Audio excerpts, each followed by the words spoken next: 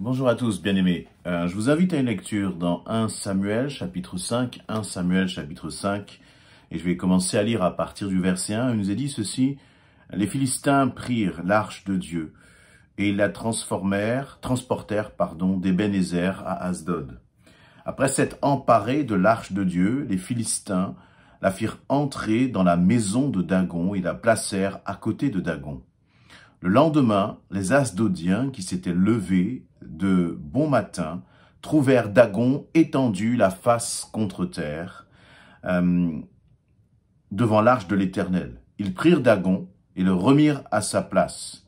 Le lendemain encore, s'étant levés de bon matin, ils trouvèrent Dagon étendu la face contre terre devant l'arche de l'Éternel. La tête de Dagon et ses deux mains étaient abattues sur le seuil. Et il ne lui restait que le tronc. C'est pourquoi, jusqu'à ce jour, les prêtres de Dagon et tous ceux qui entrent dans la maison de Dagon à Asdod ne marchent point sur le seuil. La main de l'Éternel s'appesantit sur les Asdodiens, et il mit la désolation parmi eux. Il les frappa d'hémorragie à Asdod et dans son territoire. Amen. Qu'est-ce qui se passe? Quel est le contexte? Eh bien, tout simplement, après plusieurs batailles, les Philistins, donc le peuple, l'un des peuples ennemis du peuple d'Israël, du peuple de Dieu, eh bien, avaient, lors d'une bataille, saisi l'arche de l'Alliance, l'arche de Dieu qui représente, eh bien, comme qui symbolise la présence de Dieu au milieu du peuple d'Israël. Ayant saisi cette arche, ils l'ont emportée et l'ont placée dans l'un de leurs temples, temple de dieu étranger, là, en l'occurrence, ce faux dieu Dagon, qui avait donc une statue avec ce dieu. Et les Philistins sont partis, et puis lorsqu'ils sont revenus le lendemain dans ce temple étranger, ils ont retrouvé tout simplement leur faux dieu Dagon, la statue, qui était là et qui était jonchée sur le sol.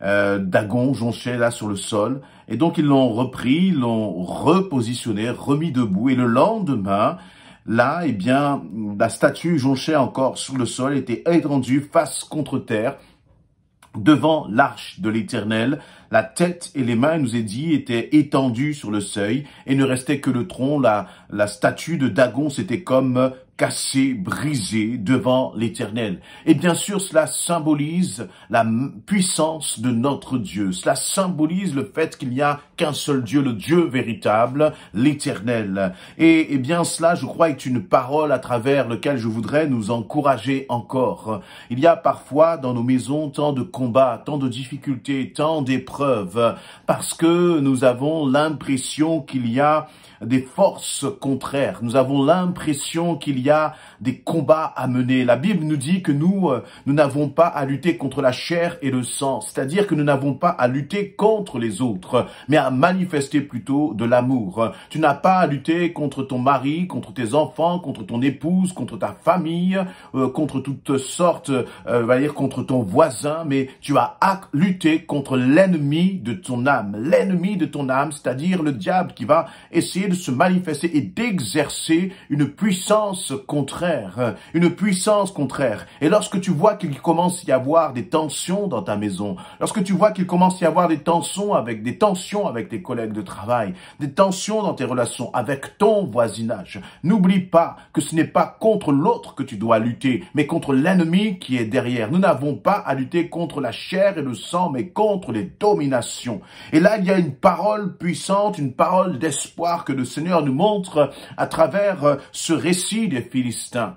Dieu était là, présent, et même dans ce temple, donc un temple étranger, un temple de ténèbres, l'Éternel Dieu est vainqueur. La réalité, c'est que la lumière fait reculer les ténèbres. Et dans ta maison, là où tu te trouves, ta lumière, la lumière de Christ en toi, fait reculer les ténèbres. Et nous devons garder cela profondément dans notre cœur. Réaliser que nous avons autorité sur les ténèbres. Nous avons autorité sur toutes les puissances de l'ennemi. Pourquoi? Eh bien parce que Jésus-Christ a vaincu à la croix. Il a renversé les dominations. Il les a livrées en spectacle. Et jamais, jamais, Satan n'a eu la victoire sur l'Éternel, notre Dieu. Alors sois rassuré. dans ta situation, quel que soit ce que tu traverses. Dagon sera toujours tête baissée devant l'Éternel. L'ennemi de ton âme sera toujours tête baissée devant l'Éternel, le roi des rois et le Seigneur des seigneurs. Et cela me revient le récit où justement Jésus était là lorsque les soldats sont venus pour le capturer après que Judas ait embrassé Jésus pour désigner justement celui qui devait saisir. Et bien là, les soldats sont tombés sur la face de Jésus-Christ, sont tombés devant sa puissance et son autorité. L'ennemi de ton âme tombera devant toi. Si tu t'attaches au Seigneur, si tu ne baisses pas les bras, si tu restes et demeures et tu continues de placer ta confiance en l'Éternel, lorsque personne ne le verra. Là, il nous est dit que les Philistins sont partis et puis pendant la nuit, ils sont revenus le matin. Et bien, pendant la nuit, Dagon a été terrassé. Pendant que tu ne le vois pas, pendant même que tu ne le réalises pas, l'Éternel est en train de terrasser l'ennemi de ton âme dans ta vie, autour de toi, dans ton environnement. Alors, ne crains pas, mais appuie-toi sur le Seigneur. D'ailleurs, je voudrais profiter de cela pour, tailler en brèche certaines croyances qui nous feraient croire que l'ennemi, que Satan serait plus fort pendant la nuit et qu'il viendrait t'attaquer la nuit ou je ne sais quoi. La nuit comme le jour appartiennent à l'Éternel. Il n'y a pas comme, dans la journée, l'Éternel est là et qu'il partirait, nous abandonnerait pendant la nuit. De nuit comme de jour, l'Éternel veille sur toi. De nuit comme de jour, tu n'as rien à craindre parce qu'il est là. La seule chose, c'est que très souvent, pendant la nuit, comme nous ne sommes pas en activité, nous sommes beaucoup plus attentifs à ce qui se passe. Et le fait d'être attentif, parfois, réveille des craintes, réveille des peurs. Nous avons l'impression que, humainement, il n'y a plus personne autour de nous et donc nous nous sentons comme exposés. Mais la réalité, c'est que l'Éternel veille sur toi. Lorsque tu dors, il est là. Lorsque tu te couches, il veille sur toi. Lorsque tu sens même des pensées d'angoisse monter en toi, réalise que Dieu le Tout-Puissant est à tes côtés. Et donc, de jour comme de nuit, l'Éternel veille.